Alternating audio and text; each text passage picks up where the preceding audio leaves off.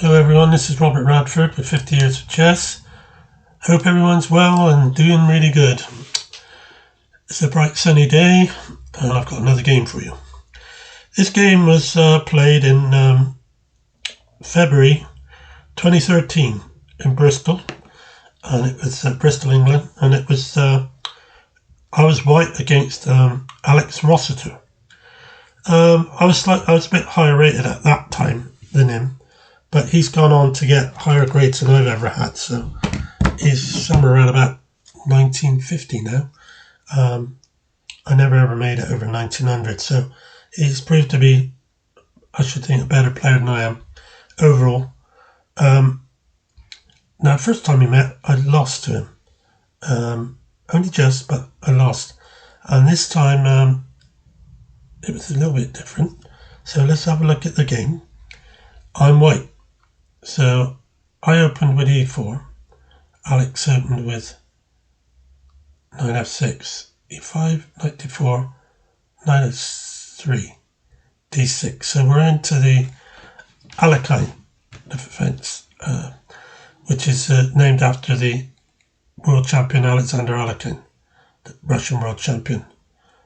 Won the title in 1927 when he beat the man himself, Capablanca. So Capablanca lost his title that day.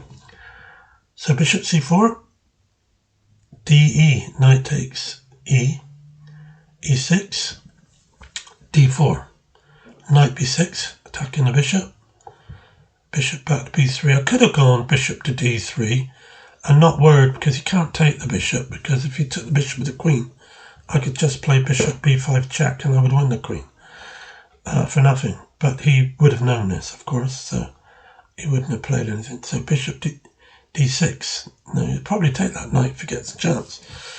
I went back with a knight to f3 because I need it as a defensive piece.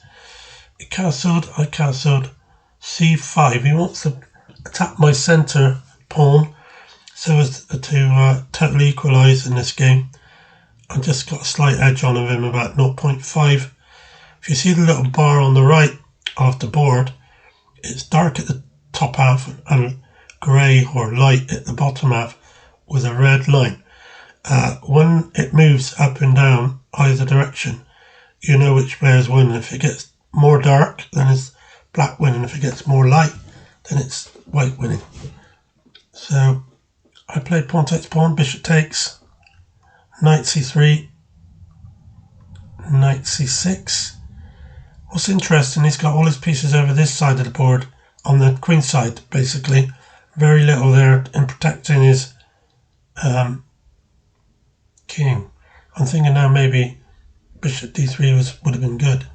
So I've gone knight into e4, attacking his bishop. He's gone back to e7. Bishop f4. So the position is 0-0, it's even, but I think I've got the better of it in one way, because he hasn't developed his bishop on, his white squared bishop on d8 yet. So he's gone knight into d5, attacking the bishop, which drops back to g6. He's brought his queen out to a5, that's a bit more like it.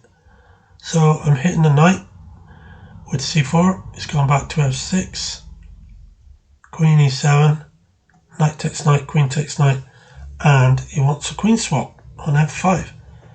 If I took the pawn, it would double the rooks, but then he's got somewhere to put his bishop on e6 after, which is very good.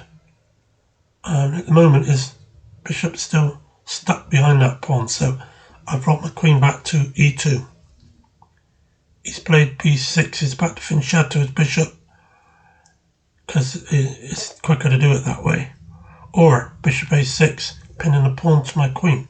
So I played bishop back to c2, attacking his queen, and he's gone queen h5. Pinning my queen, it's not protected. So I've gone bishop to e4, pinning his knight to his rook. He's got to block that, which he does with the bishop. So now he's fully developed. I do have a 0.5 plus on him, but that's minimal at the moment. So I played rook to d1, my last piece to be developed. and he's done the same. So I played bishop into c7 to really harass his castle. For him, it would be bad to play it away from this open file. So he's blocked that file with a knight, which is attacking my queen. Thing is, if I play knight takes d4, he's got queen takes queen, knight takes queen, and then he's got bishop takes bishop. So I don't want that, so I played queen e3. Now he's taken the knight, and I can just take with the bishop, and I got myself out of that trouble. Bishop takes, pawn takes, rook takes, and so I offered him a draw as I was slightly worse in regards to the pawns, but we are evens on the computer side. As you see with the bar on the right, we're dead even. Even if he played rook to c8, attacking my bishop so that he can win the pawn after if I move it, I can play rook down to d7, and in doing so I can then play b3 and move my bishop away. So, and also he can play at